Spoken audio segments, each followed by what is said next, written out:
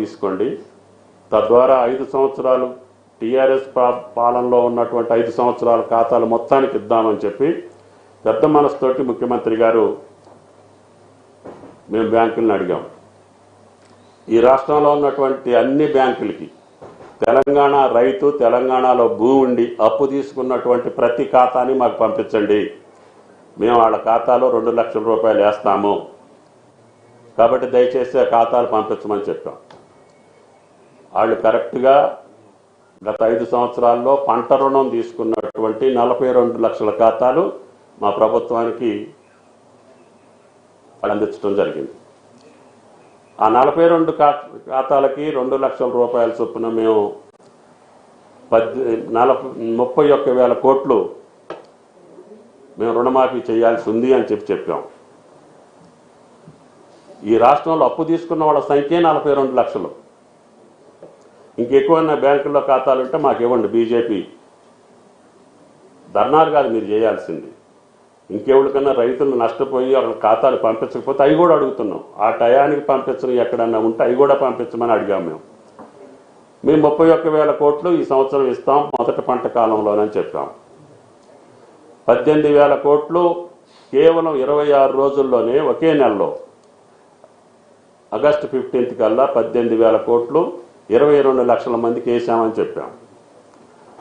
అందుట్లో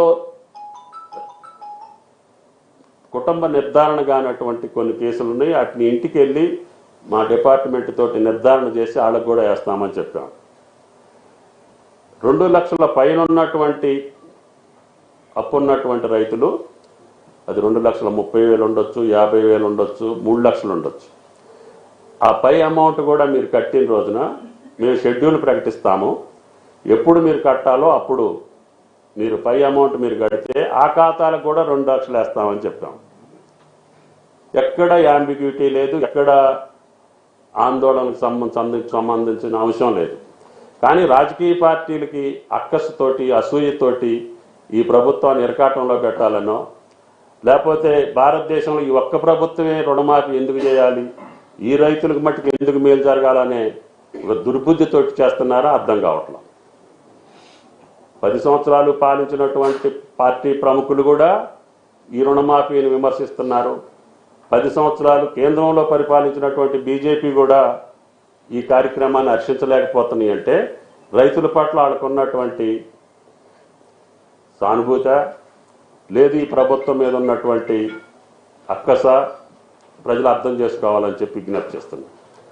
తప్పకుండా మేము అనుకున్నటువంటి 42 లక్షల ఖాతాలకి 31,000 కోట్లు వాళ్ళ ఖాతాలో జమ చేస్తాము అని చెప్పి ప్రభుత్వం ఆ పని మీదనే ఉంది.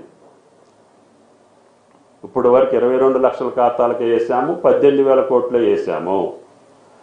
నిర్ధారణ, కుటుంబ నిర్ధారణ జరుగుతుంది. ఇంకొక 3.5 లక్షల మందికి ఇప్పుడు జరిగింది. 4 లక్షల ఖాతాలకి మాకు కుటుంబ నిర్ధారణ జరగాలి. అవి జరిగిన తర్వాత వాళ్ళ ఖాతాలో కూడా 2 లక్షల రూపాయలు వేస్తాము. మిగిలినటువంటి 2 లక్షల పైన ఉన్నటువంటి రైతులు ఆ పైన ఉన్నటువంటి అమౌంట్ జమ చేసిన రోజున మిగతా 2 లక్షలు మేము వాళ్ళ ఖాతాలో వేస్తాము. దానికి మేము షెడ్యూల్ ప్రకటిస్తామని స్పష్టంగా చెప్పాము. అది ఎందుకనంటే కుటుంబాన్ని రుణ విముక్తులు చేయటం ఇందుట్లో ప్రధానమైనటువంటి అంశం. మా ప్రాధాన్యత ఏంటంటే ఆ కుటుంబం అప్పు నుంచి పూర్తిగా బయటపడాలని. లేదు మేము 2 లక్షల వాళ్ళ ఖాతాలు వేస్తే పైన ఉన్నటువంటి బాకీ ఆయన కట్టకపోతే ఆయనకి రెన్యువల్ కాదు, కొత్త అప్పు కూడా రాదు. దానివల్ల ఆ రైతుకు మేలు జరగదు. అందుకని ఆ కుటుంబాన్ని పూర్తిగా రుణ విముక్తులు చేయాలనేది కాంగ్రెస్ పార్టీ లక్ష్యం.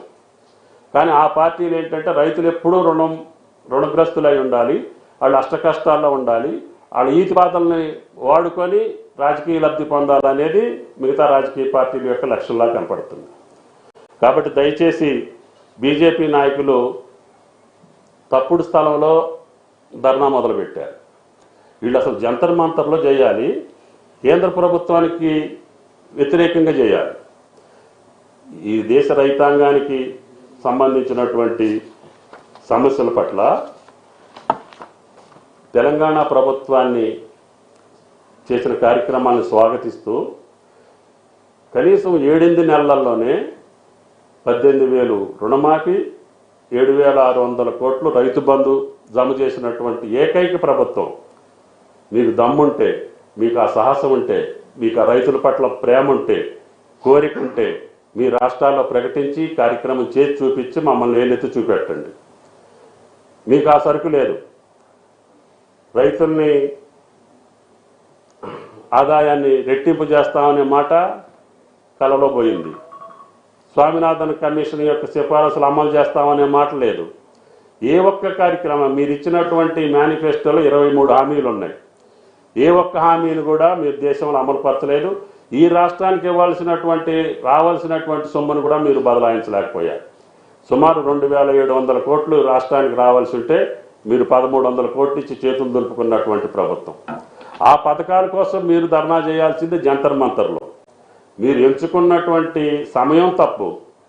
ఎందుకంటే రుణమాఫీ మధ్యలో ఉండగానే మీరు వెళ్ళి నిద్రలు చేస్తున్నారు. అదేవిధంగా రుణమాఫీ పూర్తి కాకముందే రుణమాఫీ మాటెత్తనటువంటి బీజేపీకి వ్యతిరేకంగా చేయాల్సినటువంటి మీరు తెలంగాణ రాష్ట్రంలో చేస్తున్నారు. కాబట్టి తెలంగాణ రైతులు సకాలంలో వర్షాలు పడ్డాయి. ఒక్కోసారి అధిక వర్షాలతో నష్టపోయి వాళ్ళు ఈతి బాధల్లో వాళ్ళు ఉన్నారు. మేము ప్రతి పంటని కూడా కొనుగోలు చేస్తామని చెప్పి మీరు ఎంఎస్పీ ప్రకటించారు. కానీ ఏ పంటను కూడా ఇంతవరకు పూర్తిగా కొనుగోలు చేసేదానికి మీ దగ్గర నుంచి ఆదేశాలు లేవు. మేము అన్నీ కూడా మొక్కజొన్న కావచ్చు, జొన్నలు కావచ్చు, సోయా కావచ్చు, సన్ఫ్లవర్ కావచ్చు, అన్ని పంటల్ని మీరు ఇచ్చినటువంటి రేటుకి కొని నష్టపోతున్నాం. మీరు మా దగ్గర నుంచి కొనలేకపోతున్నారు. మీరు ఇచ్చినటువంటి రేటు, మీరు చెప్పినటువంటి రేటు, మీరు ప్రకటించినటువంటి ధర మా రాష్ట్రంలో అన్ని పంటల్ని కొనుగోలు చేసి నష్టమైన మేమే భరాయించి వాటికి రైతుల్ని మేము నిలబెడతా ఉంటే కనికరం లేనటువంటి బీజేపీ అసందర్భమైనటువంటి ధర్నాలు చేసి మీ రాజకీయ పదవుల కోసమో ఈ రాష్ట్రంలో పార్టీ అధికారంలో ఎవరుండాలి, పార్టీ అధ్యక్షుడికి ఎవరు ఉండాలని మీరు పోటీ పడటానికి రైతులను పావులుగా వాడుకోవద్దని చెప్పి బీజేపీ పార్టీకి విజ్ఞప్తి చేస్తున్నాం. పెద్దలు నాకు అందరూ తెలుసు, వాళ్ళ వ్యక్తిత్వం తెలుసు, నా సంగతి కూడా వాళ్ళకి తెలుసు. తుమ్మల నాగేశ్వరరావు మంత్రి పదవి కోసం మాట్లాడుతుండని నేను గత 40 సంవత్సరాలుగా మంత్రి